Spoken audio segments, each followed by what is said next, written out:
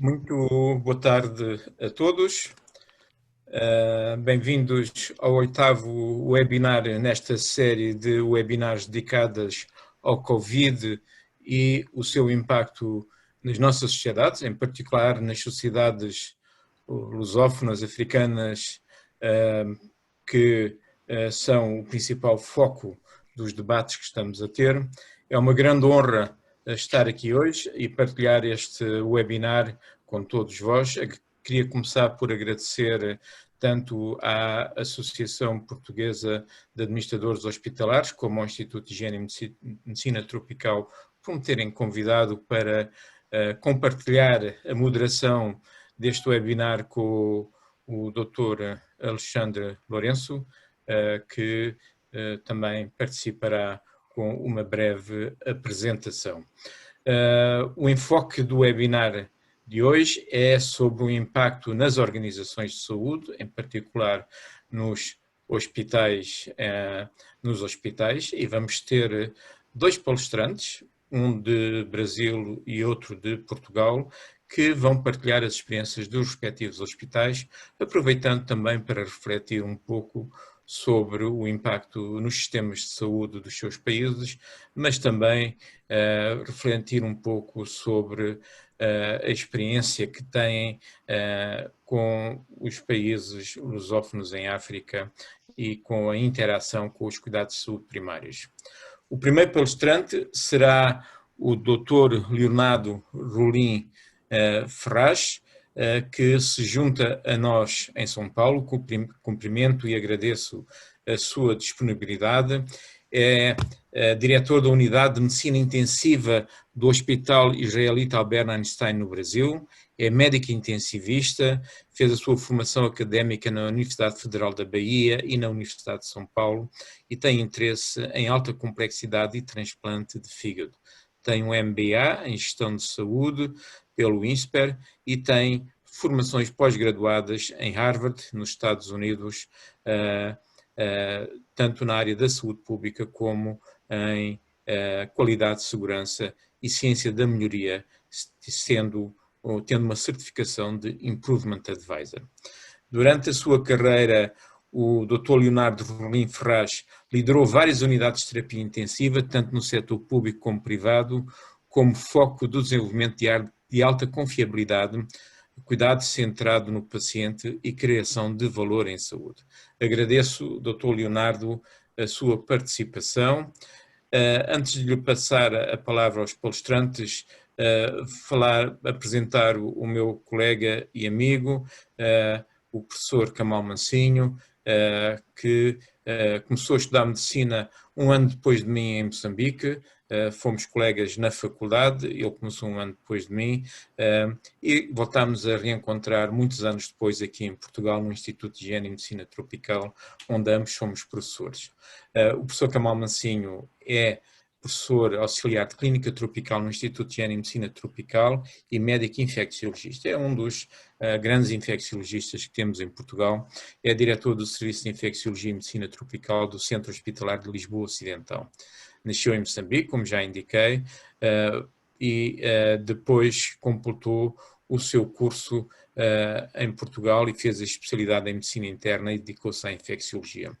Foi um dos primeiros médicos a trabalhar com doentes infectados por VIH, esteve envolvido na descoberta do VIH2 na Guiné-Bissau e ocupou a função de diretor do Programa Nacional para a Infecção VIH-Sida e Tuberculose e do Programa Nacional para as Hepatites Virais. Professor Kamal, muito obrigado também pela sua disponibilidade. Queria cumprimentar também o meu co-moderador, o Dr. Alexandre Lourenço, que se apresentará eu próprio e que penso que tem também uma pequena apresentação a fazer. E, antes de mais, cumprimentar as 2 ou 3 centenas de pessoas que já estão ligadas a este webinar e contamos com a vossa dinâmica e com a vossa participação para tornar esta mais uma sessão de grande impacto na nossa compreensão desta pandemia e nossa capacidade de lhe responder. Dr. Alexandre Lourenço, passo-lhe a palavra. Muito obrigado. Muito obrigado, professor, por esta introdução. Eu creio que, antes de mais, passaremos então à intervenção do Dr. Leonardo Rolim Ferraz, seguida depois da intervenção do Dr. Calmancini. Muito bem, boa tarde a todos. É uma honra, um prazer compartilhar esse webinar com vocês. Vou compartilhar a minha tela e, para ser possível, compartilhar alguns slides com vocês.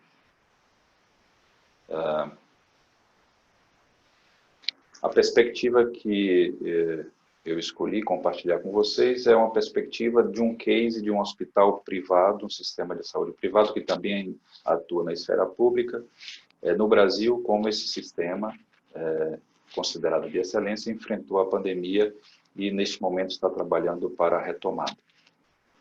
A minha apresentação é bastante visual, tem bastante um número significativo de slides, mas tentarei cumprir o tempo de 10 minutos.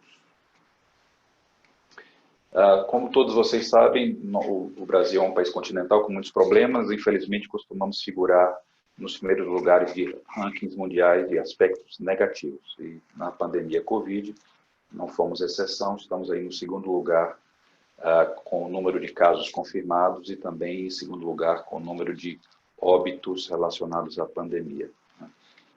Isso é uma triste notícia e um grande desafio para o nosso país. Esta pandemia continua em curso no país. Esse gráfico mostra o número de novos casos. Em verde é o Brasil, essa curva aqui são os Estados Unidos. Parece haver nas últimas semanas uma estabilidade no número de novos casos, a média dos últimos 5 dias, mas ainda temos números muito importantes. Continuamos com a mortalidade cumulativa crescente de cerca de 1.000 novos óbitos a cada dia. Uma informação importante, vocês podem imaginar, num país continental com realidades econômicas, socioeconômicas muito diferentes, a pandemia é muito heterogênea no nosso país, tanto na intensidade, no número de casos, como na capacidade do enfrentamento, assim como na dinâmica do tempo da pandemia. Então, é uma realidade muito distinta e isso condiciona o impacto desta pandemia nas organizações de saúde. Então, o impacto tem uma série de condicionantes, então a intensidade e a dinâmica da pandemia é heterogênea e tem um forte componente de circunstâncias regionais, se o sistema é público ou privado, que estamos falando a respeito do impacto, e a capacidade, estrutura e financiamento dos sistemas, que no Brasil são realidades muito distintas do ponto de vista regional, que vão condicionar esse impacto. Então, nessa perspectiva, na minha apresentação, eu vou focar no micro, não no macro, como um sistema, um hospital da cidade de São Paulo enfrentou a pandemia. E aí temos 3 fases, a fase de pré-pandemia, a pandemia em si e a retomada. A pré-pandemia, felizmente, a nossa instituição, frente às notícias internacionais, montou um comitê de crise ainda em janeiro, então foi possível se antecipar e ter tempo adequado para se preparar para o que estava por vir. O primeiro caso do Brasil foi diagnosticado aqui no nosso pronto atendimento, na unidade de Morumbi, em São Paulo. E aqui existem uma série de ações e iniciativas que marcaram essa trajetória da pandemia até o momento. E neste momento estamos fortemente com foco na retomada. Esse é um slide muito interessante, adaptado de um Twitter, não foi publicada essa informação, foi um tweet, mas que retrata as múltiplas ondas relacionadas à pandemia. Nós imaginamos que seria apenas a onda relacionada à condição em si, mas existem ondas secundárias relacionadas à falta de acesso e cuidado de outras doenças, tanto agudas quanto crônicas, assim como uma quarta onda de maior impacto e mais longo prazo, que tem a ver com o trauma psíquico, as doenças mentais e o impacto econômico relacionado a essa pandemia. Então, na perspectiva da primeira onda, no nosso sistema, o primeiro desafio foi o aumento da necessidade do aumento da capacidade, né, principalmente de leitos de terapia intensiva adulta. Temos 2 hospitais privados, 2 hospitais públicos na rede, foram nesse esforço de aumento, principalmente de leitos de terapia intensiva, um aumento significativo, né, quase 4 vezes mais leitos de terapia intensiva, foram criadas estruturas adicionais, tanto físicas, né, quanto provisórias. Aqui um hospital de campanha de 200 leitos construído num estádio aqui de futebol em São Paulo, e são 100 leitos adicionais construídos de forma permanente para se anexar a um dos hospitais públicos da nossa rede.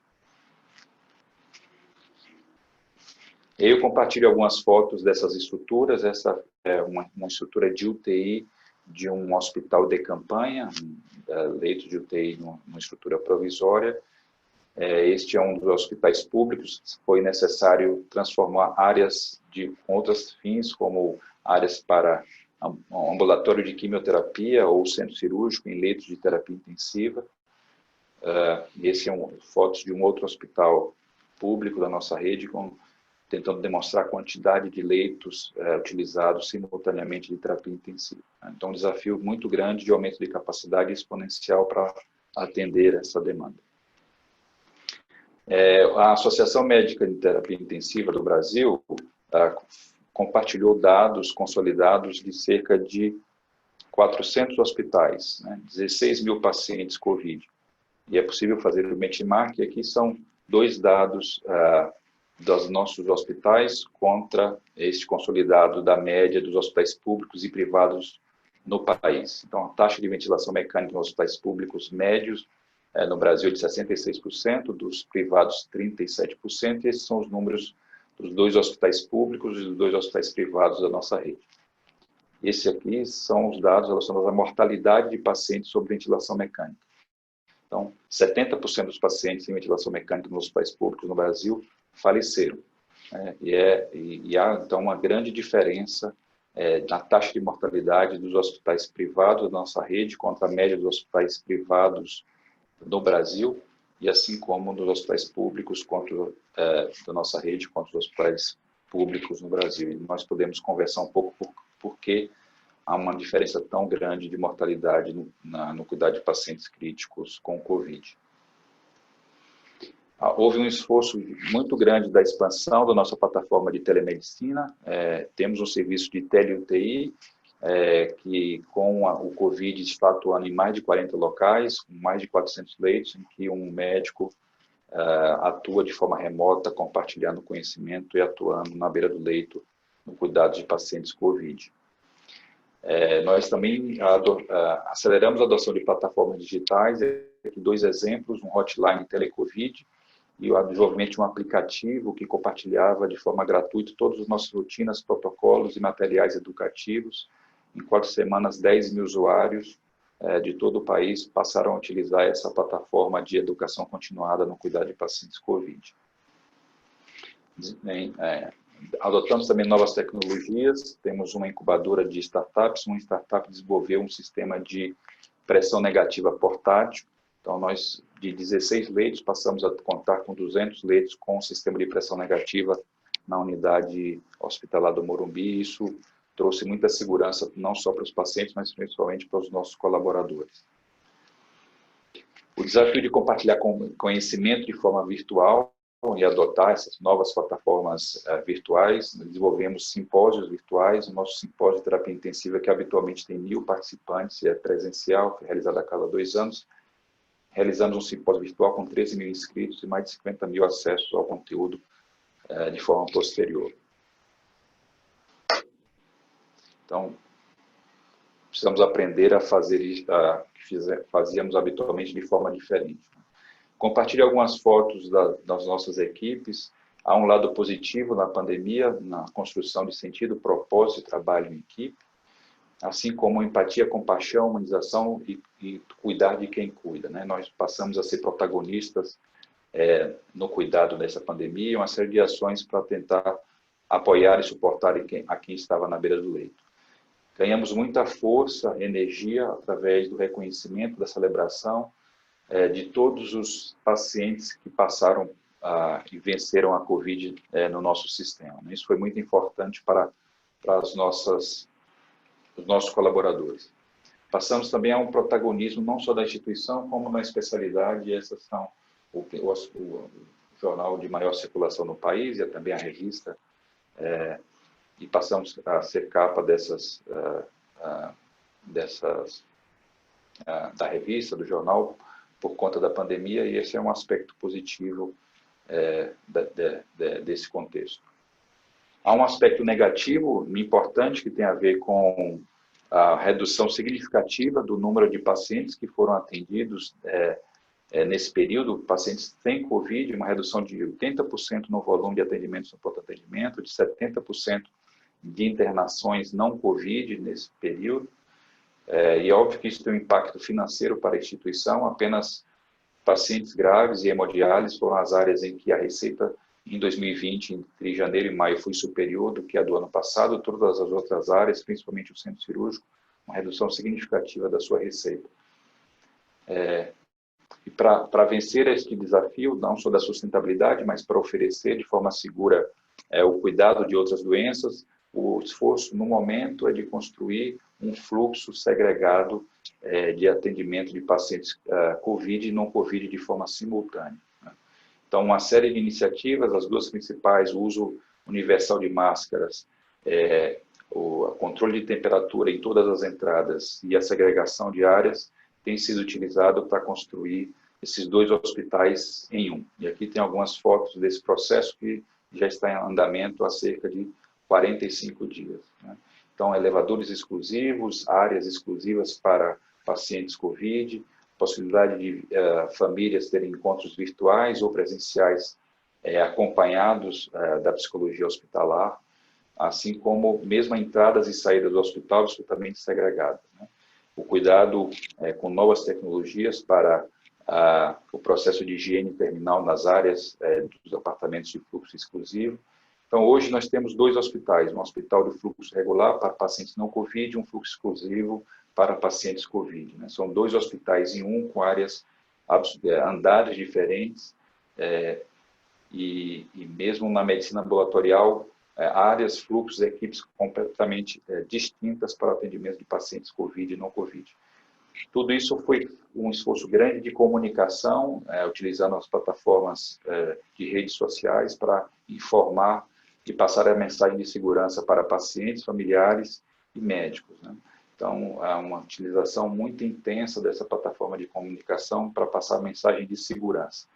Então, todas as nossas referências médicas, líderes de especialidades, produziram conteúdo que foram compartilhados em todas as plataformas digitais para passar a mensagem de segurança e a possibilidade de retomada segura do atendimento de pacientes não Covid.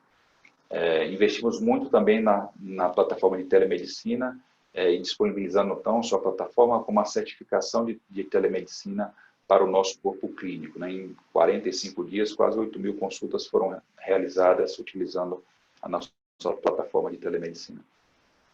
E, por último, para que essa retomada fosse feita de forma segura e os ajustes eventuais sejam necessários num timing adequado, uma plataforma de geração de dados contínua para permitir a realização de projeções e o acompanhamento tanto de pacientes Covid quanto não Covid, para que, de fato, a gente consiga atender essas duas demandas de forma simultânea e segura. Era isso que eu gostaria de compartilhar com vocês. Muito obrigado.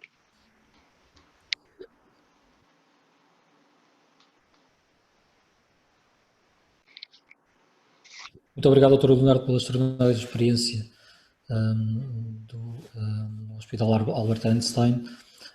Eu, de seguida, e antes de depois avançarmos para a discussão, eu passar a palavra ao Dr. Kamal Mansinho para também apresentar um pouco a experiência nacional, portuguesa, mas mais especificamente do Centro Hospitalar de Lisboa Ocidental, do Hospital Aguas Meias.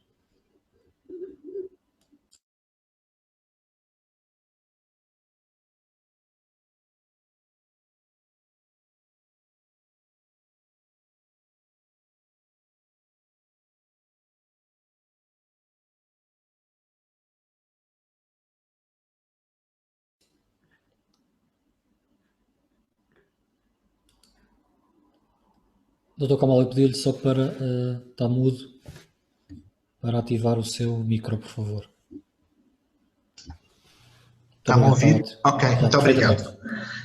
Renovar os meus cumprimentos ao Dr. Alexandre Lourenço e Presidente da APA, agradecer ao Instituto e na sua pessoa o convite que me endereçou, cumprimentar o professor Paulo Ferrinho e o meu companheiro de sessão, saudar todos aqueles que nos ouvem e falar-vos um pouco do impacto da Covid-19 nas organizações da saúde. Vou utilizar como modelo a nossa experiência no Centro Hospitalar Lisboa Ocidental e as pontes que tivemos necessidade de ir construindo. E em jeito de introdução, o que eu diria é que nesta primeira vaga da doença provocada por SARS coronavírus 2 e designada por Covid-19, as instituições de saúde e também os sistemas de saúde em todo o mundo enfrentam uma situação sanitária única e temível.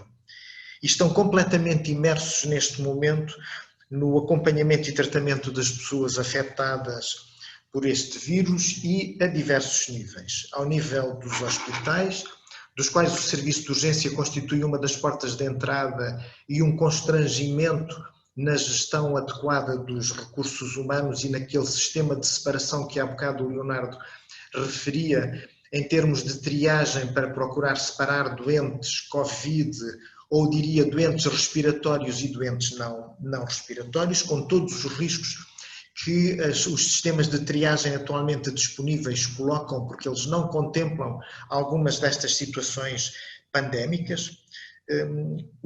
A articulação com os cuidados primários de saúde e com os serviços de saúde pública, particularmente no ato de admissão dos doentes e através da notificação pelo SINAV, que permite depois a ativação do rastreio dos contactos através dos colegas da saúde pública e das autoridades de saúde pública. Outras estruturas de apoio assistencial e da comunidade para estabelecer a ponte logo no momento da admissão daqueles que se vêm a revelar como sendo positivos para a Covid-19, a poderem recebê-los de volta e não perder de vista o papel importantíssimo dos cuidados informais, uma vez que uma parte apreciável destes doentes, mais de 80% destes doentes, ficam em ambulatório depois de uma primeira avaliação e o apoio de retaguarda de alguns destes cuidados informais é determinante para assegurar a gestão logística e individual de cada um destes doentes. Os nossos modos conhecidos de operar nesta pandemia foram completamente interrompidos. Navegamos em águas inexploradas quando pensamos o que nos pode acontecer na próxima estação dos vírus respiratórios. Estamos num período de retoma, mas a verdade é que o novo normal ainda não emergiu e é neste cenário, como pano de fundo, que temos o futuro à nossa frente.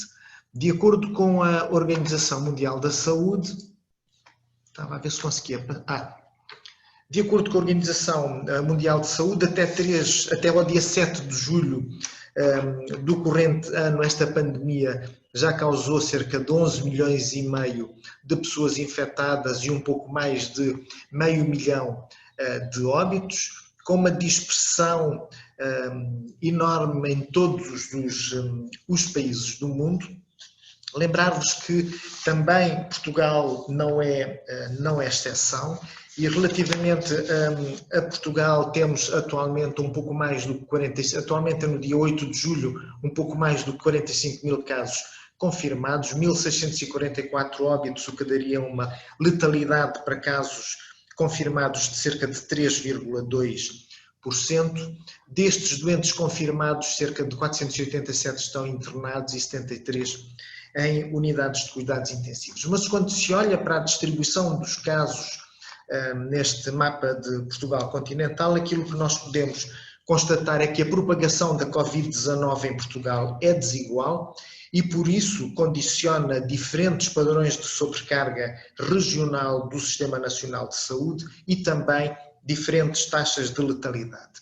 Ainda assim, até há muito pouco tempo, salvo algumas exceções, o esforço para controlar o Covid-19 no país estava a ser imposto de maneira mais ou menos uniforme e igual, sem atender às especificidades das variações regionais e locais.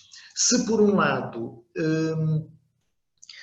a promoção da recuperação, da reconstrução após o confinamento é essencial, é igualmente importante que as autoridades de saúde invistam num rigoroso sistema de vigilância apoiado no rastreio, na testagem e na avaliação dos contactos, aquilo que em linguagem anglo-saxónica se designam por track, test and trace, para evitar estratégias disruptivas das medidas de confinamento prolongado, de semanas e meses que temos à nossa frente, quando a frequência da propagação se tornar mais expressivas.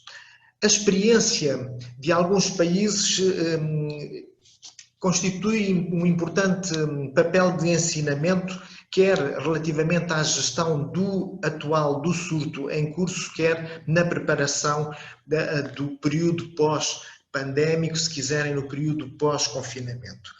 E a experiência da China, da Itália, da Espanha, do Brasil, dos Estados Unidos demonstram que este vírus mantém um potencial disruptivo muito importante, capaz de pôr em causa as estruturas socioeconómicas das diversas sociedades e também com capacidade de esgotar a resposta dos diferentes sistemas do mundo, incluindo dos países com vários recursos.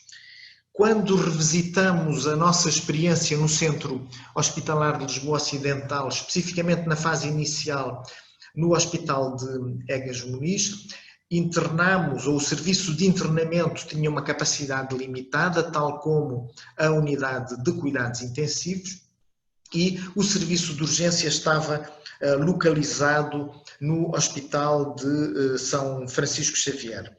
A verdade é que o impacto da Covid na nossa organização mudou profundamente o regime de atendimento dos doentes em todas as valências, particularmente nas valências do setor do ambulatório, que era assegurado através do hospital de dia, e eu farei referência no diapositivo a seguir, e alterou também de forma substancial a relevância dos sistemas tradicionais de informação e de gestão até então vigentes. Analisando as intervenções, por exemplo, agendadas no setor do ambulatório, e o Leonardo também fez referência disso na sua comunicação, e restringindo apenas ao movimento global das várias valências que são seguidas em consulta externa, agendadas entre 16 de março e 30 de junho, e tentando comparar com o movimento de 2018 e de 2019, neste mesmo período em análise, o que é que nós constatamos nesta fase mais intensa da epidemia e que tivemos que deslocar alguma da nossa capacidade de resposta e de recursos humanos para o Hospital de São Francisco Xavier. E comparando os períodos homólogos de cada um dos anos, aquilo que constatamos é que relativamente ao número total de consultas não houve diferenças substanciais, apesar de tudo. Havia já em 2018 e 2019 o recurso, ainda que muito residual, de consultas não presenciais, que fundamentalmente tinham a ver com pedidos de renovação de receituários e pedidos de exames complementares em doentes não agendados. No entanto, quando se verifica o que aconteceu no ano de 2020, o recurso às consultas não presenciais, e aqui especificamente por via telefónica, cresceu cerca de 9 vezes comparativamente ao ano de 2018 e cerca de 6 vezes comparativamente ao ano passado. Uma questão particularmente importante que merece uma reflexão e uma análise muito cuidada, quer no que refere à preparação das nossas próprias infraestruturas na gestão e na segurança da informação, quando esta consulta à distância era feita através do telemóvel. No que se refere ao internamento, Lembrar-vos que entre 16 de março e 24 de abril, os primeiros internamentos dos doentes que procuraram o hospital os SLO foram no hospital de Egas Muniz, e a necessidade de garantir uma maior capacidade de resposta e otimizar recursos ditou a deslocação do internamento do Hospital de Egas Muniz para o Hospital de São Francisco Xavier, onde concentrou os recursos em 3 pisos, 2 pisos de medicina, 1 piso de ortopedia e 1 piso de cirurgia, totalizando 103 camas de internamento e 45 camas de unidades de cuidados intensivos. Quando olhamos com capacidade de fazer hemodiálise, sobretudo porque uma parte apreciável dos doentes seguidos no Hospital de Santa Cruz são doentes com patologia nefrológica.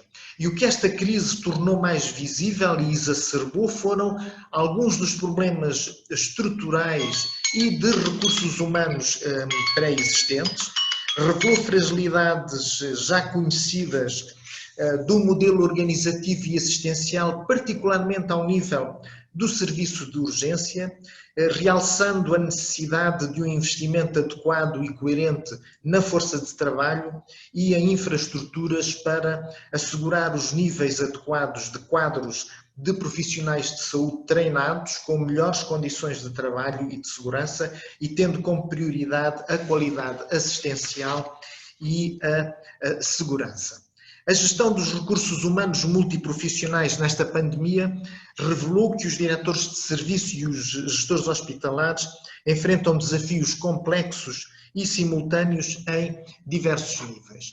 Do lote de pessoal que estava a trabalhar no momento em que a pandemia se iniciou, tínhamos algumas pessoas que estavam diretamente envolvidas na luta para a assistência aos doentes infectados, e a escassez e a diversidade dos fornecedores dos equipamentos de proteção individual constituíram motivos de uma enorme preocupação e mesmo disrupção no momento do início das atividades, como aconteceu no início do serviço de urgência, em que os profissionais de saúde recusavam-se a prestar assistência com uma máscara P2 que não era aquela com a qual tinham sido treinados para a sua utilização. Havia muito poucas instruções, as instruções não eram em português, o que tornava esta comunicação muito difícil. Esta dissonância entre o equipamento utilizado durante o treino e o equipamento que era oferecido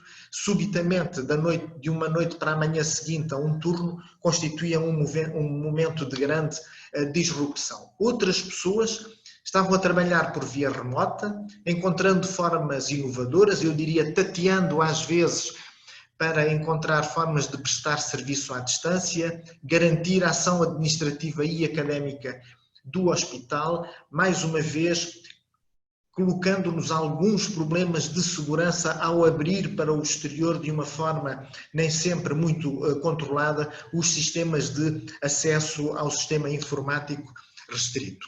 Outras ainda ou estavam de licença, o que constituía algum problema no constrangimento dos recursos humanos, ou estavam em casa em isolamento por Covid-19, ou estavam em quarentena domiciliária por contacto com doente confirmado, ou estavam internadas. E é neste cenário e nesta diversidade dos recursos humanos que nos competia a nós analisar os desafios que representavam em cada dia, distribuir tarefas e delegar responsabilidades, apoiar as pessoas nas peculiaridades das suas tensões, preocupações e circunstâncias, operar num ambiente alargado de ansiedade, de risco de contágio, de incerteza, mais recentemente de exaustão importante, nunca perdendo de vista que quem tinha que gerir todo este processo tinha que gerir também as suas próprias circunstâncias e as suas próprias ansiedades, porque a decisão nem sempre era tomada sustentada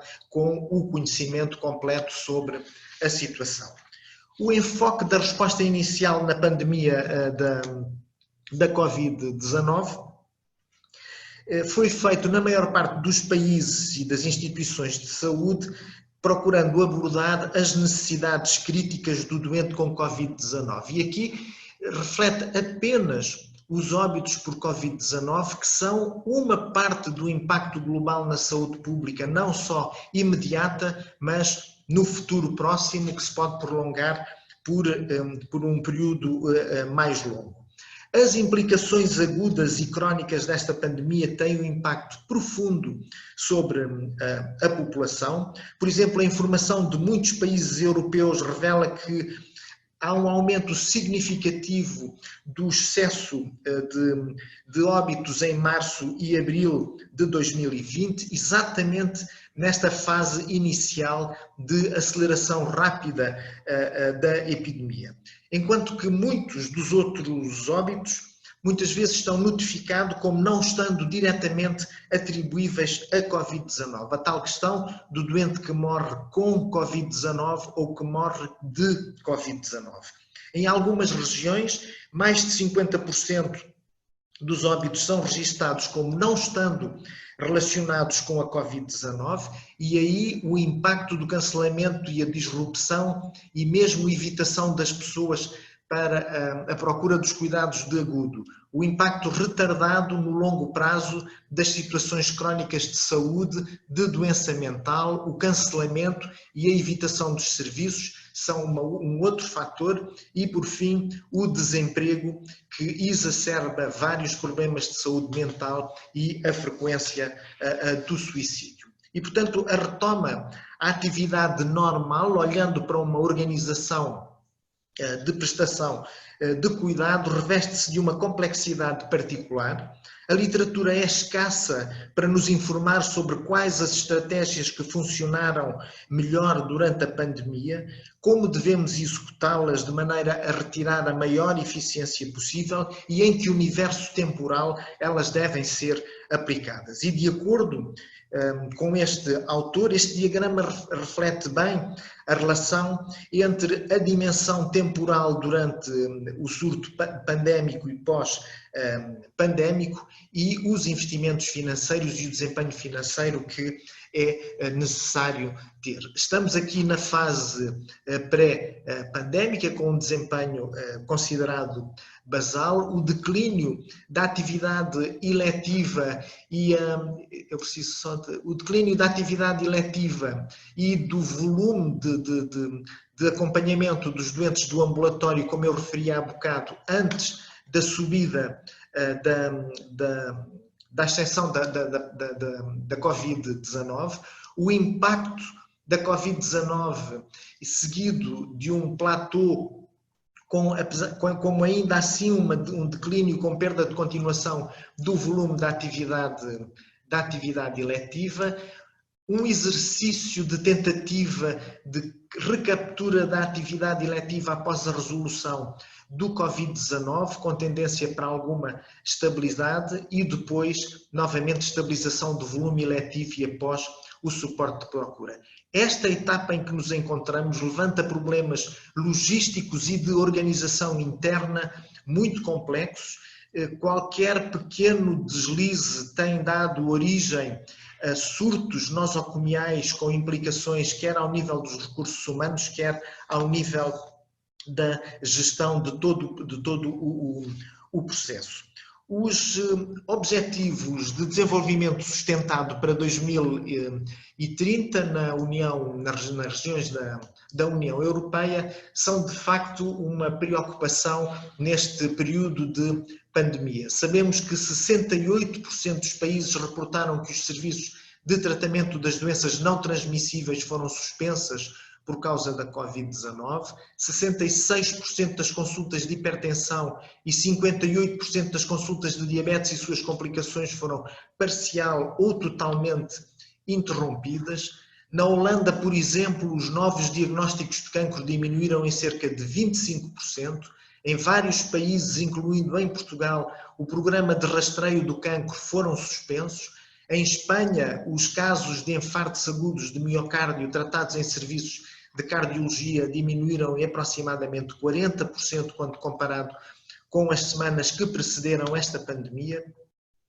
A redução em mais de 60% no diagnóstico da tuberculose que conduziu a tratamentos tardios e ao incremento da mortalidade, chamar uma atenção particular que a Organização Mundial da Saúde emitiu há relativamente pouco tempo um documento sobre a ruptura do fornecimento de antirretrovíricos de maneira continuada a doentes infectados por VIH em zonas de elevada endemicidade para o VIH. Em alguns países o Plano Nacional de Vacinação foi interrompido e em outros verificou-se uma quebra de cerca de 20%, como aconteceu, por exemplo, no Reino Unido com a vacina da rubéola e do sarampo.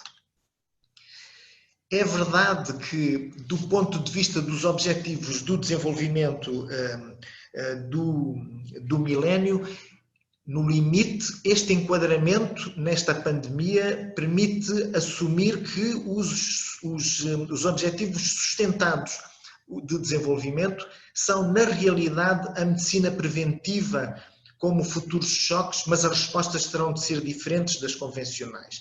Aproveitar esta pausa para conceber e adotar meios mais equitativos e mais inclusivos e mais sustentáveis para prosseguir. Por exemplo, o objetivo sustentado de desenvolvimento de acesso à água potável é fundamental, mais necessário ainda agora para permitir que as pessoas possam lavar regularmente as mãos, que é uma das medidas fulcrais na estratégia de contenção da SARS-CoV-2 recomendada pela Organização Mundial da Saúde. O mesmo se passa com o SDG número 11, que apela para as cidades e comunidades sustentáveis, revelou-se muito crítico na aprovação, na diminuição da exposição ao vírus das pessoas que vivem nos bairros periféricos das grandes capitais. Lembrem-se do que se passa em Lisboa ou em algumas cidades capitais, em que os transportes estão frequentemente sobrelotados, as comunidades nem sempre acedem atempadamente aos cuidados de saúde e a deslocação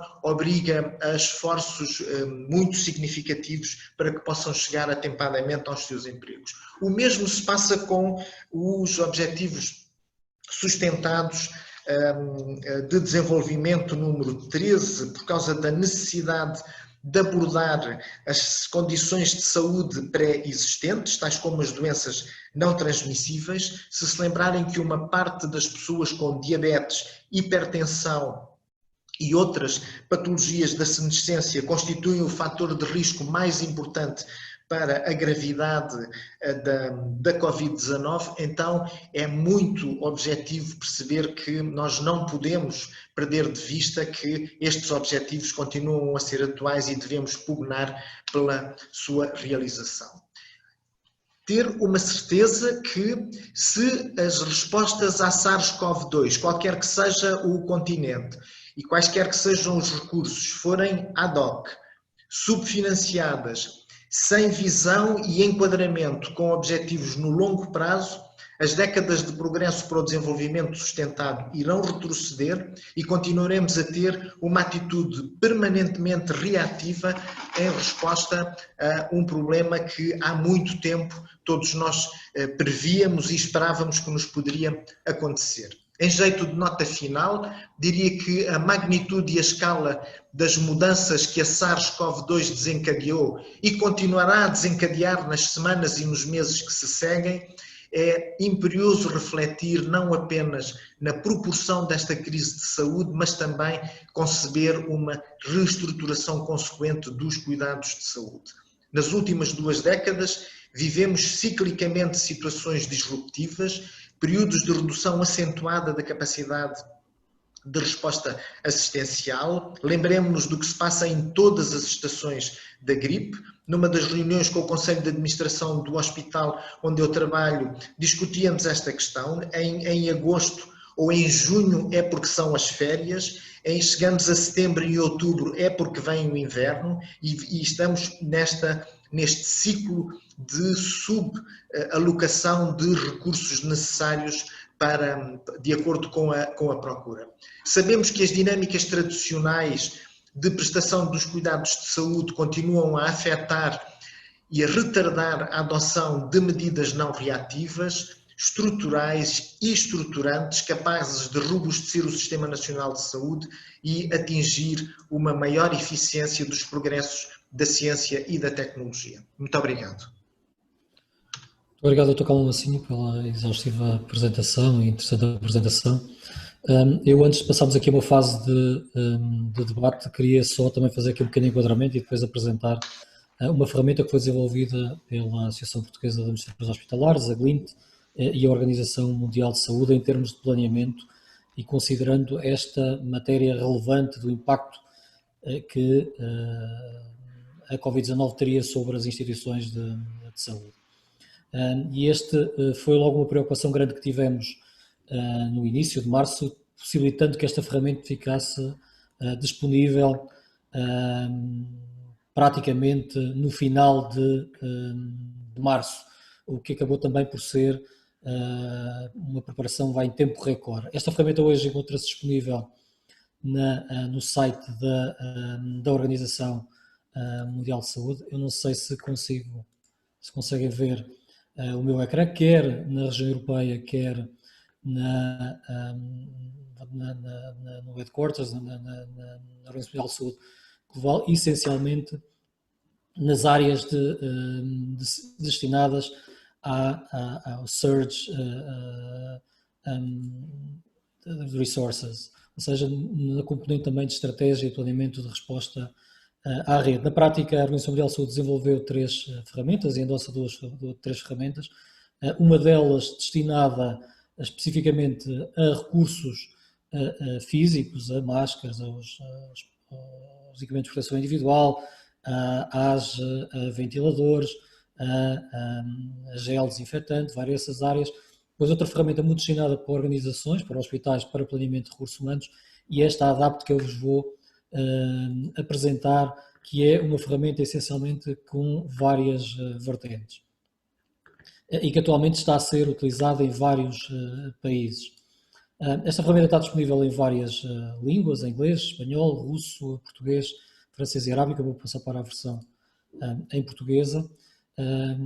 Eu creio que conseguem ver com alguma qualidade a imagem. Este é um ficheiro Excel, foi também desenvolvido neste formato por ser um formato que permitiria a sua utilização generalizada a nível global sem grandes problemas tecnológicos, e na prática esta ferramenta permite fazer ou desenvolver um modelo epidemiológico para cada país, um modelo epidemiológico muito básico, um SIR bastante simples, em que depois também com dados reais de cada país poderia criar novas projeções. Permite seleção, determinação da data de início da infecção, o país que queremos trabalhar, a possibilidade de definir taxas de ataque, de acordo com vários cenários, entre uma taxa de ataque entre 5% e uma taxa de ataque até 30%, ou mesmo desativar as taxas de ataque. Possibilitar também fazer um override da população e selecionar populações específicas para a sua utilização regional, e depois também testar a introdução de medidas de distanciamento físico, percebendo depois também os operadores que impacto é que essa introdução dessas medidas poderia ter na necessidade de recursos. Atualmente ela também já permite a possibilidade de calcular segundas ondas e também, aliás, de utilizar dados reais, como vos disse ao início, para refazer algoritmos e ajudar essencialmente em previsões, podem rondar uma semana, 2 semanas em termos de recursos necessários. Por outro lado, a ferramenta, e esse foi o grande objetivo da ferramenta, foi de fazer previsão de recursos hospitalares. Já vou dar nota de outras capacidades que tem agora, mas essencialmente necessidade de recursos hospitalares, como disse, em previsão, mas também com utilização possível de dados reais ou de outros modelos epidemiológicos que cada país ou cada região possa ter, mas na prática permite fazer este cálculo de recursos hospitalares necessários, começando pelo número de camas, sendo para isso necessário alguns dados base, que são, por exemplo, a percentagem de casos admitidos em internamento, considerando que a ferramenta considera essencialmente aqui 5 grandes estadios da doença, doentes leves, que não necessitam de acompanhamento de internamento hospitalar, de internação, e depois doentes que necessitam de internação, casos moderados, casos graves ou casos críticos, sendo que casos graves consideramos os que necessitam oxigenoterapia, críticos necessitam ventilação mecânica. A distribuição destes casos permite depois também naturalmente fazer o cálculo das necessidades de camas, associando isto também à demora média que os doentes estão em cada um destes estados. Para além disso, também permite calcular para países mais desenvolvidos, não tão relevante para países em desenvolvimento, por exemplo, a necessidade de equipamentos de ECMO ou de equipamentos de terapia de substituição renal. Estes cálculos, demoras médias e distribuição de doentes, permite, na prática, estabelecer curvas, como conseguem ver aqui, creio que neste gráfico, conseguem ver as curvas de necessidade ao longo da evolução da epidemia, em termos de preparando também, permitindo fazer essa preparação de recursos de acordo com a evolução da epidemia. Se a isso adicionarmos os recursos que cada país tem instalados, conseguimos prever quais são as datas de previsão de falta de recursos, também criando mais mecanismos para a angariação de mais recursos. Por outro lado, também permite determinar os recursos humanos que estão associados a estes internamentos, numa lógica também, essencialmente, de 3 grandes classes profissionais, de médicos, de enfermeiros e de técnicos auxiliares de saúde, sendo que para médicos também continuamos a ter a distribuição que vos falei de doentes moderados, doentes críticos e de doentes graves, e de estabelecer esses raços, permitindo também estabelecer depois as necessidades de profissionais de saúde também, mais uma vez, como podem ver neste gráfico, ao longo da epidemia, possibilitando também a determinação de recursos que permita fazer algum grau de especialização destes recursos. Como sabem, os recursos médicos não são a todos iguais. Um médico do CI ou do TI tem competências diferentes do médico de uma enfermaria comum, e aí também permitiria fazer essa distribuição de médicos e de enfermeiros também de acordo com as diferentes tipologias de doentes. E aí também, mesmo no caso da enfermagem, dos técnicos auxiliares de saúde, também permitir até a configuração de turnos para ter dados mais precisos. Faz exatamente a mesma noção de capacidade e de exaustão de capacidade em termos de recursos, e mais recentemente, já no final do mês de abril, permitiu-nos também desenvolver outra componente, que é a necessidade de rastreio de contactos. Desculpa, passando aqui só um bocadinho antes, esta ferramenta também permite fazer aqui algum grau de previsão, considerando que alguns profissionais vão estar de quarentena ou vão estar mesmo infectados, e depois também prever essa necessidade adicional de recursos, que na prática são estas linhas que vêm aqui com traço, ponto, sendo as restantes as linhas de recursos.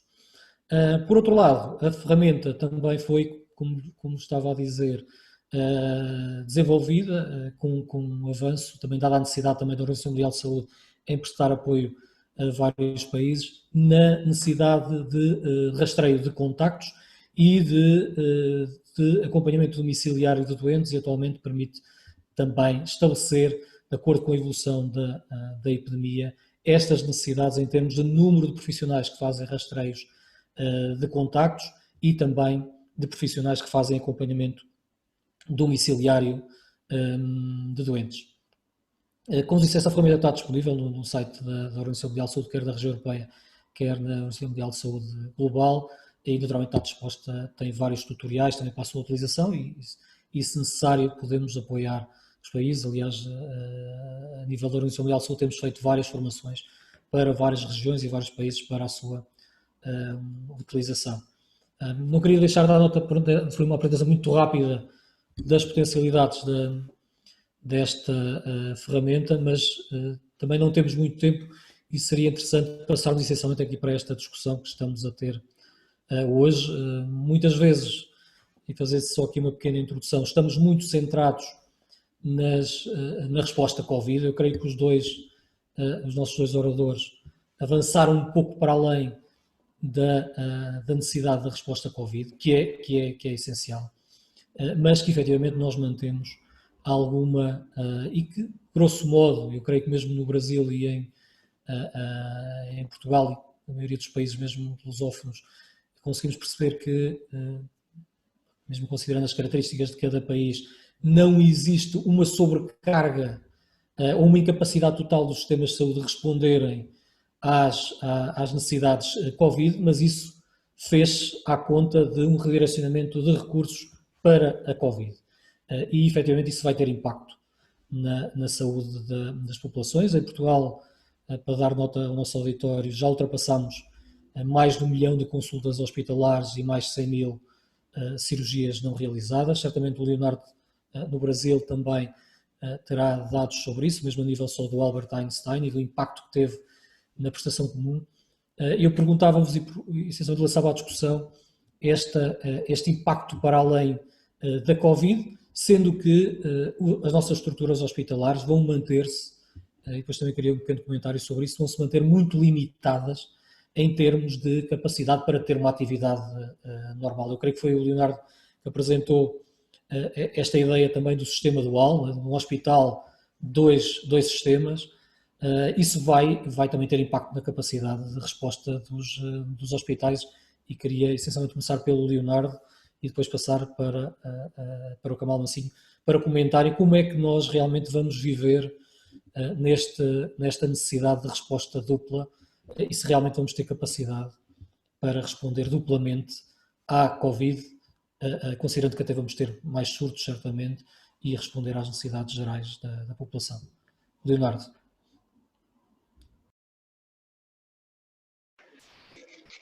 Muito bem, muito obrigado, Alexandre. Esse é um ponto, sem dúvida, um ponto muito, muito importante, né? E acho que ainda sem resposta. O comentário que eu gostaria de ressaltar é que quanto antes as estruturas, as instituições, os sistemas se mobilizarem para construir um plano de retomada e implementá-lo, melhor, mesmo que não suficiente e adequado, né? Então, esse backlog, como você colocou, o número de procedimentos não realizados, diagnósticos não realizados, né? Quanto mais tempo passar sem conseguir minimamente atender essa demanda não Covid, maior será o impacto nos desfechos, né? E na qualidade de vida, nos resultados objetivos na saúde da população, assim como maior será a ameaça para o sistema em lidar com essa demanda reprimida. Então, eu considero que é um grande desafio e eu não vejo como enfrentar isso sem inovar e tentar construir um sistema que atenda simultaneamente. A demanda Covid, pelo menos na perspectiva brasileira, não vai desaparecer nos próximos meses, né? Até que tenhamos uma vacina efetiva, disponível em larga escala. Essa dinâmica heterogênea da pandemia que impõe repiques, novos surtos regionais e que impactam numa demanda sustentada, nós não podemos esperar que a demanda Covid desapareça para começarem a realizar a retomada. Então, acho que para mim a mensagem é: a retomada precisa ser realizada e construir as condições para que isso seja feito de forma segura, mesmo com limitação de recursos, é imediata. Esta necessidade é imediata, porque a demanda Covid vai se manter por muito tempo. Leonardo, como é que responderam a esta necessidade no Albert Einstein? Vocês também têm um hospital privado, mas também fazem gestão de unidades do SUS. Como é que tem sido a vossa resposta? Têm conseguido responder a este aumento ou esta demanda, este passivo de demanda atual? Vou falar primeiro no sistema privado, a dinâmica de privado e público é bastante distinta, né? O bloqueio populacional no sistema privado, na população que tem acesso ao sistema privado, foi muito efetiva. Muito efetiva. Então, houve um achatamento muito grande, assim, muito significativo da curva, principalmente em São Paulo. E isso o impacto foi uma redução drástica da ocupação dos hospitais privados e uma ociosidade de capacidade, porque houve uma redução em 90% da demanda não Covid e a demanda Covid não supriu esta ociosidade. Então, essa foi a realidade do sistema privado em São Paulo. O que a pandemia trouxe foi ociosidade para o sistema privado. O Einstein redirecionou essa ociosidade, essa capacidade ao sistema público. E a dinâmica no sistema público em São Paulo foi o bloqueio populacional foi muito frágil, quanto mais na periferia, quanto mais frágil e vulnerável era a população, menor foi o bloqueio. Porque essas populações vulneráveis e frágeis não teriam nem a capacidade de realizar o bloqueio, porque precisam sair de casa para conseguir o alimento do dia, né? Ou o recurso financeiro, e a capacidade do sistema, do Estado, em prover este suporte socioeconômico é bastante limitado na nossa realidade. Então, no sistema público, provavelmente a dinâmica é de um tsunami, de um número muito grande de casos, mas diferente do sistema privado, eu imagino que a cauda da pandemia será mais curta. No sistema privado, a cauda será longa, porque o bloqueio foi efetivo e o retorno às atividades está sendo bastante controlado, né, com uma série de medidas de segurança para evitar a contágio, principalmente a utilização universal de máscaras. No sistema público, nas populações que têm acesso ao sistema público, a cauda será menor, porque o número de pessoas expostas foi muito maior, o pico muito maior, não houve achatamento dessa curva, ou achatamento de muito menor monta. Então, as realidades e as demandas são diferentes. A necessidade do sistema privado é, de fato, de uma convivência muito longa com a demanda Covid, estável, com pequenos repiques, mas provavelmente estável por muito tempo, e a necessidade de retomada do não-Covid para a sustentabilidade das instituições e para dar acesso a esses pacientes que não, de fato, estão sofrendo, né? Então, não sei, aqui no nosso sistema, muitos pacientes com morte súbita em casa, chegando tardiamente ao hospital com patologias que antes eram rapidamente diagnosticadas e resolvidas, chegando no estágio muito avançado da doença, né? AVC, infarto, urgências cirúrgicas. Então, há um preço a pagar, não há dúvida, para a saúde da população no retardo dessa retomada. O desafio, como você colocou, é a disponibilidade de recursos, né? Sem dúvida que no sistema privado eu diria que esses recursos existem. O desafio será no sistema público, e a fase, pelo menos em São Paulo, é de desmobilização. A pandemia entrou no Brasil por São Paulo, acho que de todos os estados é a que nós estamos mais adiantados na dinâmica da pandemia. Então, o número de casos vem caindo de forma consistente e todos os recursos que foram direcionados para o Covid estão sendo desmobilizados. Mas, efetivamente, a retomada ainda não aconteceu no sistema público. Professor Paulo Ferrinho, antes de passar ao Dr. Calmancino, há aqui um problema que aprendemos aqui das palavras do Leonardo e que vai-se ver em todos os países, que parece-me que é um agravamento das desigualdades promovidas pela falta de cuidados. Sabemos que naturalmente, as pessoas mais ricas vão ter mais facilidade, como sempre tiveram, a cuidados de saúde, mas as populações já de si vulneráveis vão ter aqui grandes quebras de acesso a cuidados de saúde e estas desigualdades vão ter aqui uma tendência de crescimento. Qual é que é a sua opinião sobre esta matéria? Eu penso que o problema das desigualdades foi um problema que foi identificado logo de início. De maneira que, Dr. Luciano Lourenço, agradeço-lhe esta questão. Há cerca de 2 meses atrás, um grupo de colegas nossos, médicos e políticos, publicaram no Lancet uma carta assinada entre os signatários estava o professor Paulo Busso, por exemplo, que está associado também à nossa universidade, e que realçavam a importância de o combate ao Covid não deixar ninguém para trás, não é? Realçavam a importância de a abordagem ser uma abordagem de equidade em todas as suas frentes. A questão das desigualdades é sempre uma questão difícil porque as desigualdades existem, existiam antes do Covid, são realçadas pelo Covid e vão persistir depois do Covid, não é? Tem determinantes sociais que têm que ser abordados de outras formas que geralmente não estão contempladas nas estratégias nacionais de saúde, porque são abordagens pluridisciplinares, multidisciplinares, intersetoriais, que envolvem políticas em todas as saúdes, não é? Eu penso que o professor Kamal Mansinho levantou aqui um item muito importante em relação a isto, é que a nossa resposta ao Covid tem que ser enquadrada nos Objetivos de Desenvolvimento Sustentável, não é? Tem que ser enquadrada numa visão de longo prazo e não pode manter-se nesta visão imediatista e de médio prazo. Eu penso que é isso que temos que tentar fazer, não é? É tentar que a nossa resposta dê resposta, a nossa resposta agora dê resposta a outras necessidades, porque se não dermos resposta a essas necessidades, a situação vai ser agravada por falta dessa resposta. Nós vemos que o Covid persiste mais intensamente em Portugal, precisamente em zonas mais empobrecidas, em zonas da Grande Lisboa, que têm menos recursos, não é?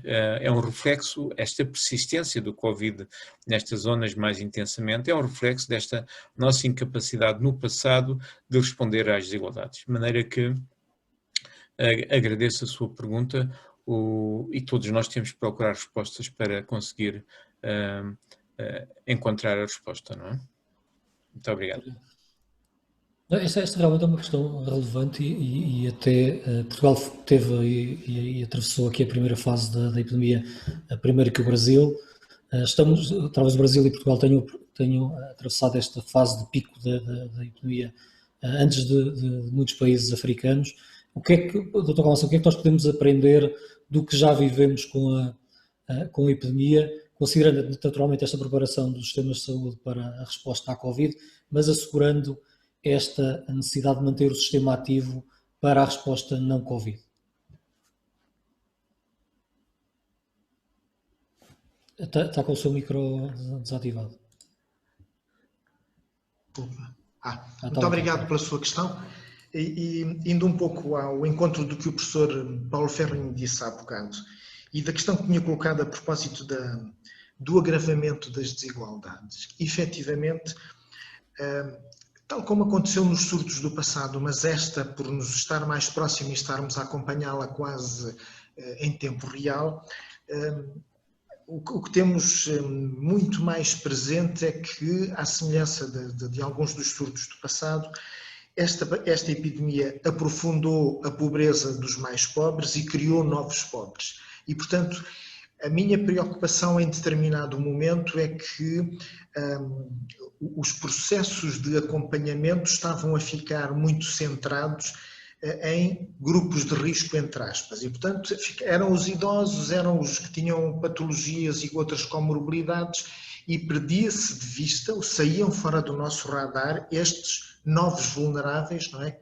Que começavam por ser os novos pobres, mas também um fenómeno que começa a esboçar, embora não saibamos muito bem qual é a sua magnitude e que deve ser cuidadosamente monitorizado, é que tendemos a assistir a um aumento do número de sem-abrigos jovens, o que é uma outra questão do ponto de vista epidemiológico e do ponto de vista de propagação das doenças em geral e destas respiratórias em particular, que merece e que vai merecer a nossa atenção. E, portanto, nós vamos ter que repensar um pouco na maneira como estamos a olhar para as vulnerabilidades que temos. Relativamente ao que aprendemos, efetivamente aprendemos muitas coisas importantes do ponto de vista da organização. Temos algumas fragilidades, mas a verdade é que percebemos, por exemplo, que a percepção inicial que tínhamos, que aspirávamos ter hospitais Covid e hospitais não Covid. Estou a falar, por exemplo, na realidade do Centro Hospitalar Lisboa Ocidental, em que, transferindo tudo o que era Covid para o Hospital São Francisco Xavier, ficaríamos com o EGAS não Covid e com Santa Cruz não Covid por causa dos transplantes e dos imunossuprimidos. É muito curioso como a epidemia nos desafiou nas semanas subsequentes, isto é, apesar de todos os rastreios que tinham sido feitos, todos fomos surpreendidos fora dos hospitais não Covid com um ou outro caso de doente internado com Covid, com todas as repercussões que todos sabemos e que vimos assistindo nestes pequenos incêndios que vão acontecendo. E, portanto, o modelo inicial que nós aspirávamos de conseguir segmentar completamente estas áreas é um modelo que precisa de ser repensado e estudado para encontrarmos respostas que vão ao encontro desta realidade, tal como o Leonardo tocava no assunto de haver um setor que drena doentes respiratórios para um lado e não respiratórios para o outro. Mas eu estou-me a lembrar, por exemplo, que ainda há relativamente pouco tempo entrou alguém com dispneia, a iminência de edema pulmonar agudo, foi para os respiratórios e só foi assistido para o seu edema pulmonar agudo cerca de 2 horas depois, porque era um quadro respiratório e, portanto, o sistema de triagem de Manchester não é suficientemente sensível para ir ao encontro da categorização mais fina, o que quer dizer que precisamos de outras ferramentas. Relativamente às lições que podemos tirar em termos de futuro para planear exatamente esta problemática.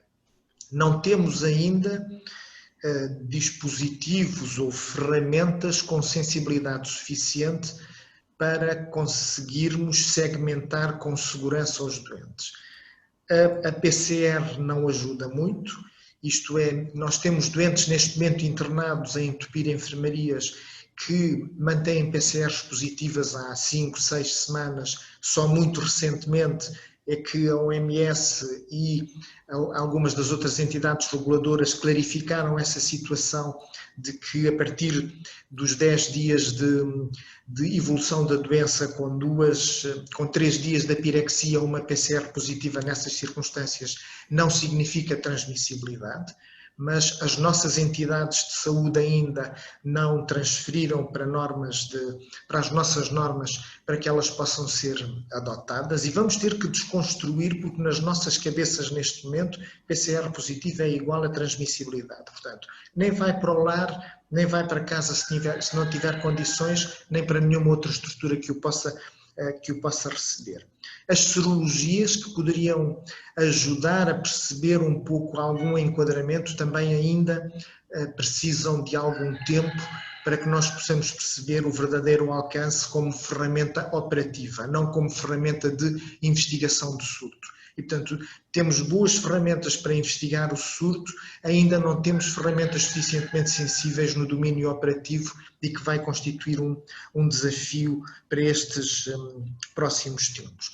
Para os países com menos recursos ou que ainda não atingiram o pico da epidemia e começam agora a ter novos casos, eu penso que a abordagem integrada vai ter que ser muito bem estudada, porque os recursos são escassos, a procura vai ser desmedida e, portanto, tentar otimizar os recursos sem pôr em causa o que já está a funcionar bem vai ser um exercício hercúleo, mas é aquilo que nós vamos ter que ajudar a pensar fazer. Para este tipo de situações. Há uma grande tentação, às vezes, de produzir-se documentos que estão conceptualmente bem feitos, mas que depois, do ponto de vista operativo, não ajudam absolutamente nada. Não é?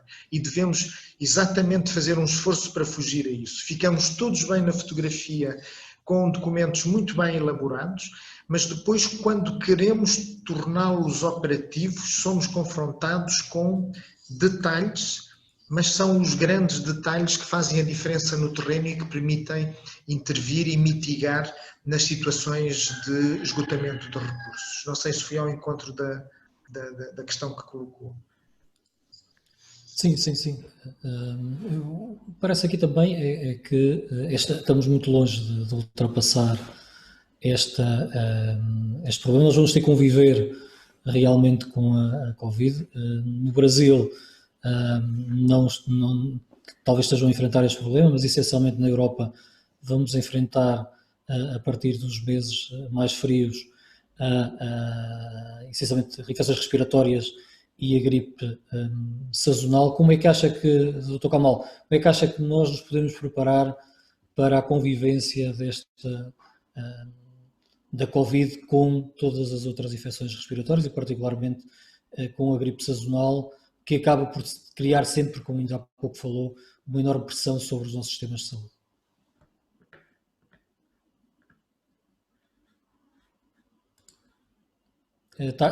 Continua com o seu micro desativado. Desculpem. Esta é a pergunta mais difícil, para a qual não temos uma resposta, temos várias hipóteses de resposta e que temos que começar a trabalhar sobre essas hipóteses já. Isto é, outubro é amanhã. Não é? E, portanto, é muito pertinente e faz muito parte das nossas preocupações. Repare, nós sabemos muito pouco sobre a interação simultânea do vírus da gripe e da SARS-CoV-2. Quando olhamos para o hemisfério sul, onde neste momento é a época da gripe, também ainda temos muito pouca informação para podermos antecipar aquilo que nos pode acontecer em termos de alguns cenários. E, portanto, também este olhar para o hemisfério sul vai ser muito importante para conseguirmos retirar algumas lições e algumas informações para sabermos como iremos perspectivar a nossa resposta. Neste momento e com os dados que temos, e a Science tem um artigo muito interessante que discute exatamente os vários cenários da interação entre a gripe e a SARS-CoV-2. E é muito curioso porque ele ainda assim admite 3 cenários. Um dos cenários é que os coronavírus sazonais, aqueles que são responsáveis pela constipação, particularmente 2 dos coronavírus, parecem ter uma reatividade cruzada em termos imunológicos e discute-se, teoricamente, e à luz de alguns modelos experimentais, que eventualmente poderia contribuir para atenuar a agressividade ou a intensidade da pandemia, não é? Ou desta interação entre vírus da gripe. Este é um dos cenários. O outro cenário é não existirá nenhuma interação entre os 2 vírus na perspectiva de atenuar o impacto, mas elas irão manifestar-se em tempos diferentes. Isto é, os dois coronavírus responsáveis pela constipação que ocorrem no inverno, normalmente ocorrem logo em outubro, novembro, e o nosso pico da gripe acontece em dezembro, janeiro. E, portanto, isto poderia, no tempo, diferir a pressão sobre a procura. E esta é a segunda hipótese. E a terceira hipótese, que seria a hipótese mais pessimista, em que a dinâmica do próprio surto em si poderia ter um comportamento semelhante àquilo que aconteceu em 1918. Há algumas parecenças na maneira como este vírus se tem comportado. Isto é, repare-se que a primeira vaga da gripe pandémica de 1918 aconteceu mais ou menos nesta altura do ano, até agosto. Depois houve uma atenuação e entre setembro, outubro e dezembro ela voltou-se a manifestar com uma intensidade tal que foi mais ou menos em 13, 14 semanas que morreram os tais 50 milhões de pessoas na gripe pandémica de 1918. E, portanto, também este cenário, e o cenário da gripe pandémica é um cenário que nos vai acompanhando, ainda que, de acordo com os estudos de modelação que os investigadores têm feito, eles se inclinem um pouco mais para os dois primeiros cenários do que para o segundo cenário, para o terceiro cenário, do cenário idêntico à da gripe pandémica. E, portanto, eu penso que nós devemos avaliar, e o inquérito serológico nacional pode nos dar também algumas pistas sobre qual é a percentagem da população que teve contacto com o vírus e que eventualmente esteja imunizada. Também, mais uma vez, a presença de anticorpos não é garantia de imunidade, é garantia de ter entrado em contacto com o vírus e alguns anticorpos serão neutralizantes. Saiu agora um artigo com 100 e tal pessoas estudadas, penso que na China, em Wuhan, sobre os anticorpos neutralizantes e a duração dessa imunidade, e falava-se em 3, 4 meses, que é muito parecida com a duração da imunidade dos outros coronavírus sazonais e causadores da constipação. E, portanto, temos aqui algumas variáveis para pensar, que introduzem alguns graus de incerteza, mas isso que não sirva de argumento para não nos prepararmos. Temos ferramentas, temos pensamento conceptual e é preciso agora transformá-lo em ações operativas antecipadas para que possamos, com o tempo, discutir e encontrar meios para nos organizarmos. Mas a preparação do outono vai ser muito crítica e ela deve começar tão rápido quanto possível. Leonardo, eu não queria deixar também na prática estão a conviver atualmente, certamente com a circulação, ou brevemente com a circulação do vírus da gripe sazonal.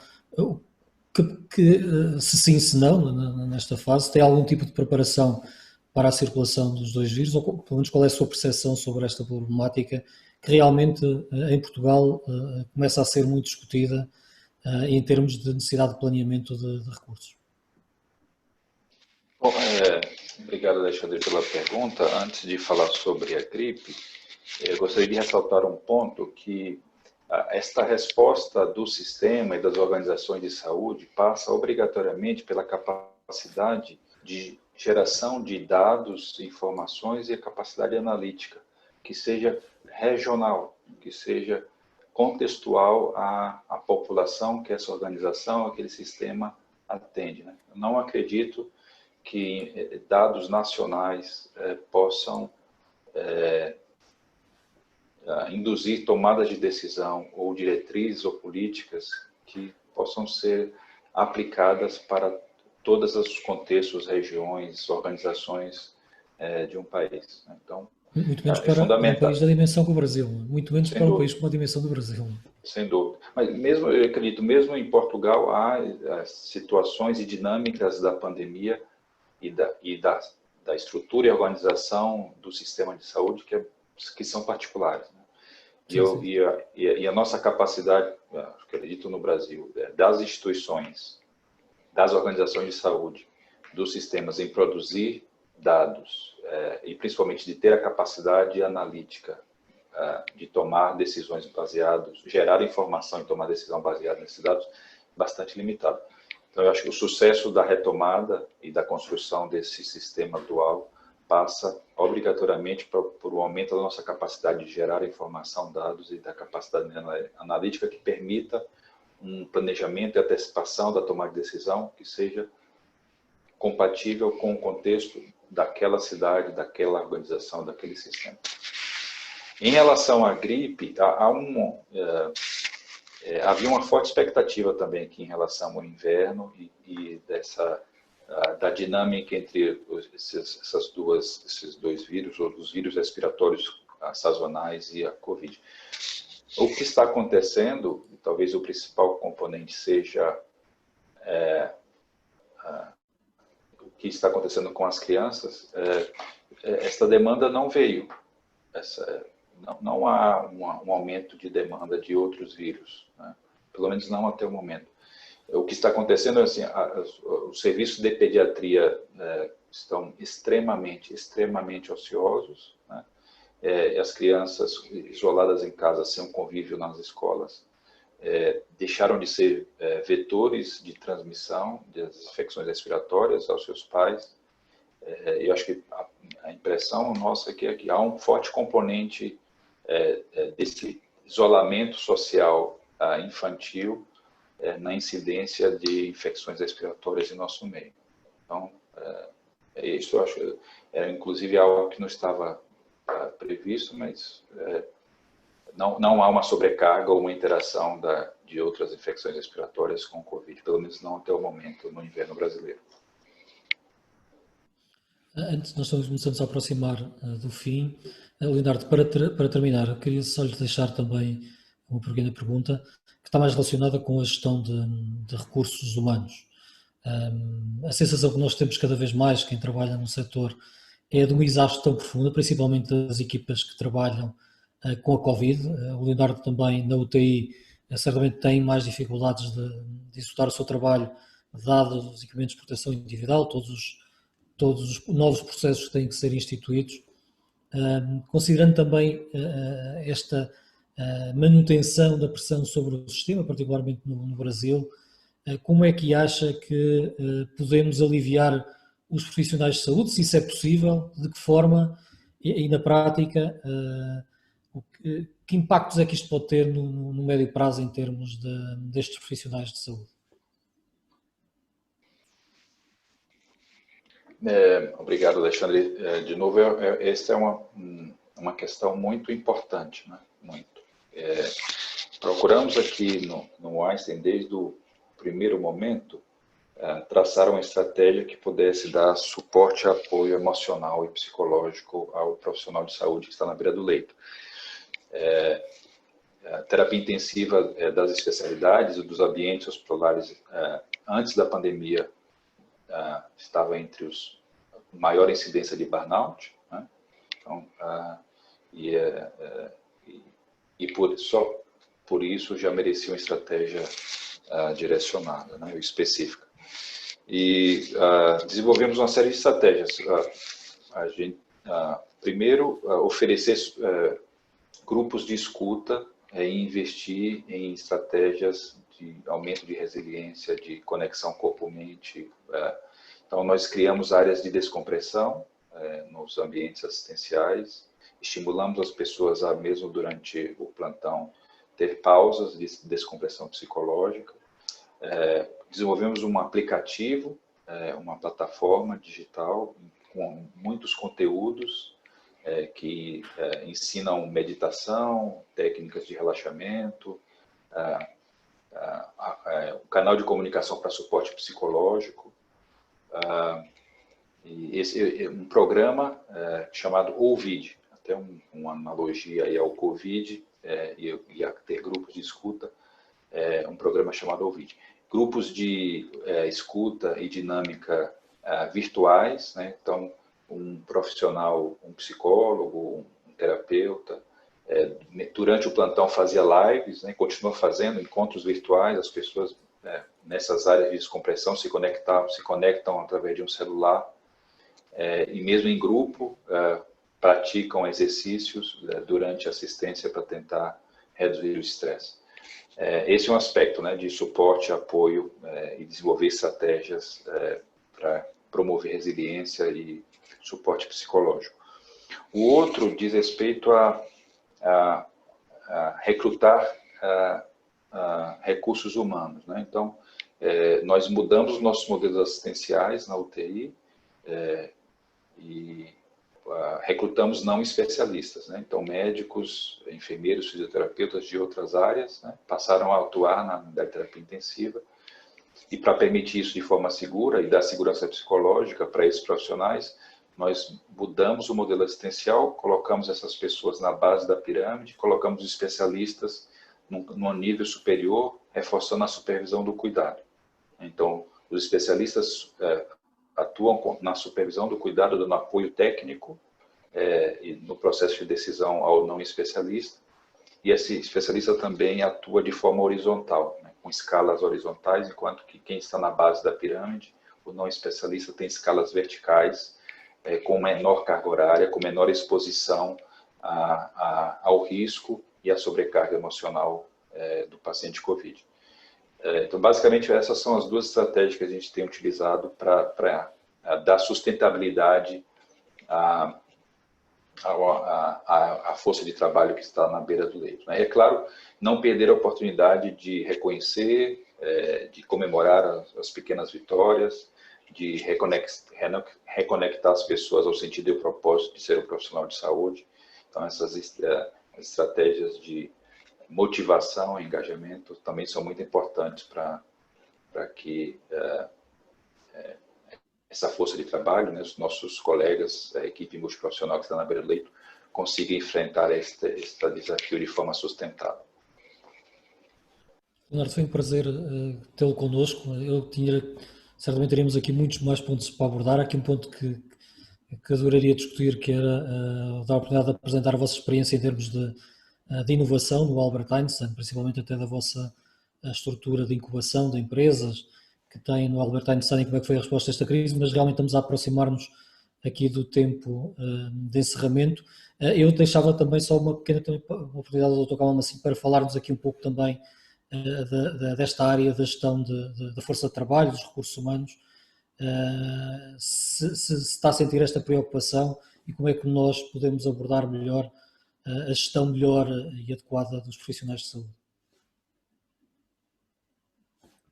Está com o seu micro desligado, pedia para ativar. É efetivamente uma das áreas mais delicadas e ela não é transversal a todos os hospitais possivelmente, mas relativamente a alguns dos hospitais é fundamental que neste momento se olhe para o grupo de recursos humanos que estão disponíveis, sejam muito bem categorizados de acordo com os grupos etários, de acordo com as comorbilidades, isto é, até agora ou até há relativamente pouco tempo, as questões colocavam-se em termos de contar cabeças e saber que, de acordo com a rendibilidade de cada um dos serviços, como é que estas variáveis podiam ser trabalhadas. Aquilo que nós percebemos em relação à Covid, mas é apenas o pretexto, porque a diabetes coloca as mesmas questões, alguns profissionais com patologias imunossupressoras coloca questões equivalentes. Vai ser necessário ter um olhar mais direcionado e mais seletivo para saber com quem contamos, porque eu estou-me a lembrar do que se passou no nosso serviço, no momento em que ou em que eu tive que pensar quem era quem para poder ir prestar assistência aos doentes com Covid, restavam-me 5 pessoas, 4 jovens e um pouco menos jovem, mas todos os outros avançariam se não houvesse mais ninguém, mas havendo gente, o risco de contrair a infecção ou de, contraindo a infecção, virem a desenvolver complicações potencialmente mortais, era um risco objetivo. E, portanto, eu penso que a Covid também nos alerta, e é um bom momento, para que passemos a olhar para os recursos humanos que temos de outra maneira e passemos a ter um dimensionamento dos recursos humanos de acordo com algumas incertezas que nos vão ocorrendo. Por exemplo, uma das questões que está a ocorrer e para as quais ainda nós não temos, estou a falar especificamente aqui da zona do Egas, não temos nenhuma explicação por causa dos nossos surtos de infecção nosocomial, é que esta permuta entre serviço de urgência, enfermaria e quem está de urgência vai para o covidário por 3 horas ou 4 e depois é novamente substituído por outra pessoa, e há aqui um circuito entre frequentar zonas Covid e não frequentar zonas Covid, parece que deve ser olhado com muito cuidado, e nós estamos a tentar investigar este último surto exatamente porque, por exclusão, uma das hipóteses é que o evento disseminador possa ter partido de um profissional de saúde, um ou mais, que estivessem assintomáticos, não é? E quando vamos à procura desses assintomáticos, O perfil passou pelo covidário, esteve umas horas no covidário com equipamentos de proteção, portanto não estamos a falar de situações de exposição sem proteção e portanto vamos precisar de equacionar outras variáveis para que possamos olhar com maior objetividade sobre o dimensionamento dos nossos recursos humanos. Agora, a verdade é que estamos abaixo das nossas necessidades. Todos os invernos as preocupações reemergem em relação a garantir o funcionamento da primeira linha, serviço de urgência, e aí é um exercício que também vai ter que ser feito ao mesmo tempo, isto é, o dimensionamento dos recursos humanos vai ter que ser pensado em função de que modelo nós queremos para, por exemplo, o serviço de urgência. E é um elemento mais crítico que nós neste momento temos na gestão dos nossos recursos. A urgência tem precedente sobre todos os outros serviços e, portanto, não há organização que nos valha. Se faltar uma ou duas pessoas na urgência, avança o primeiro que a equipa, ou que a direção da urgência determinar. E, portanto, precisamos de encontrar e construir aqui alguns equilíbrios. Temos vivência suficiente, experiência suficiente de alguns modelos do funcionamento das várias urgências, seja no norte, no centro e no sul. Há que encontrar algumas respostas a esta crise que se perpetua e que em outubro, se alguma coisa não correr muito bem, voltaremos a estar outra vez com uma mão à frente e outra atrás. Muito obrigado pela essa mensagem final de alerta que nos deve deixar, não só pensar, mas de realmente passar para a fase de planificação. Eu agradecia ao Leonardo e ao Kamal pelas excelentes apresentações. Foi um prazer e uma honra estar convosco hoje e eu passava aqui a bola ao professor Paulo Ferrinho para fazer o encerramento. Muito obrigado.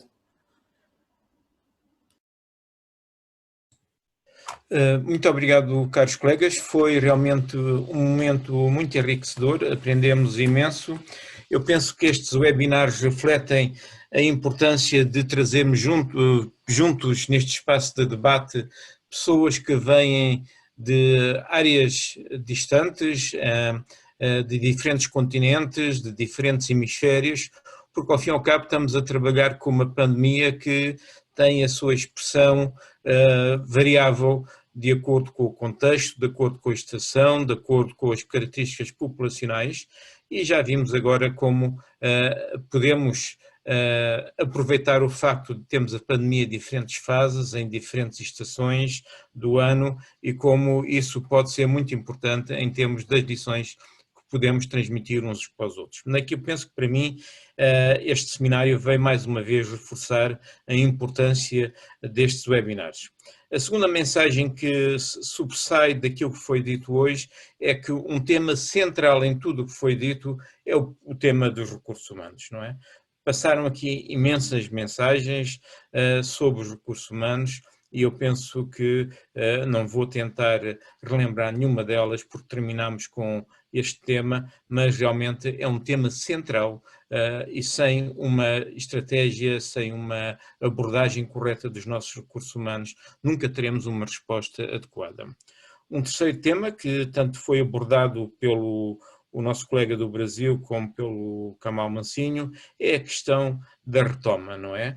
A retoma deve ser pensada imediatamente, não devemos ficar à espera do fim desta primeira onda, devemos estar preparados para o retorno às atividades que foram deslocadas pela pandemia e devemos estar preparados para pensar a convivência com a estação das doenças respiratórias que vem no outono e no inverno, uma aprendizagem que já foi feita ou que está a ser feita neste momento no hemisfério sul. De maneira que o pensar a retoma imediatamente é muito importante e foi uma mensagem que eu retive daquilo que foi dito aqui hoje. Mais a longo prazo, e queria relembrar esta mensagem do professor Kamal Mansinho, é importante criar resiliência nos nossos sistemas de saúde e duas mensagens foram deixadas aqui em relação a isto. A primeira é tentar que as nossas respostas sejam enquadradas numa perspectiva de longo prazo e numa abordagem dos Objetivos de Desenvolvimento Sustentável.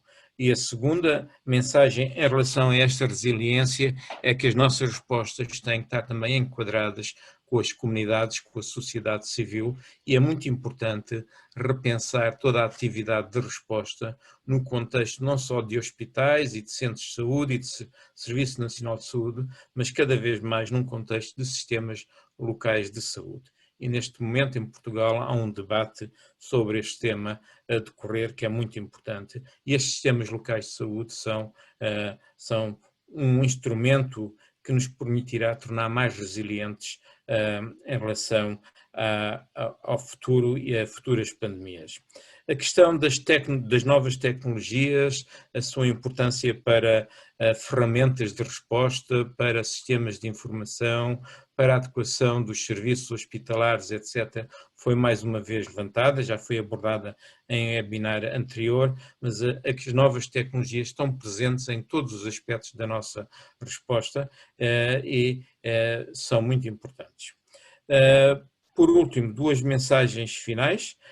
A primeira que tem a ver com a aprendizagem. A ciência está cada vez mais a dar-nos indicações de como podemos responder melhor a esta pandemia, mas como o professor Camal Mansinho realçou, a transformação, a translação da evidência científica em recomendações práticas no dia-a-dia da resposta não está a ser feita com a rapidez necessária e muitas vezes não está concebida nos textos produzidos de uma forma prática e útil. Que essa translação deveria ser a forma como essa translação é feita tem que ser formalizada e tem que ser expeditada. E a última mensagem é a questão dos mais vulneráveis, das novas vulnerabilidades e das desigualdades, que foi um tema que foi abordado também pelos diferentes colegas e que foi realçada pelo co-moderador, o Dr. Alexandre Lourenço. Muito obrigado. Obrigado a todos e foi realmente um momento muito importante. Agradeço em particular à audiência que alimentou este debate com as suas perguntas e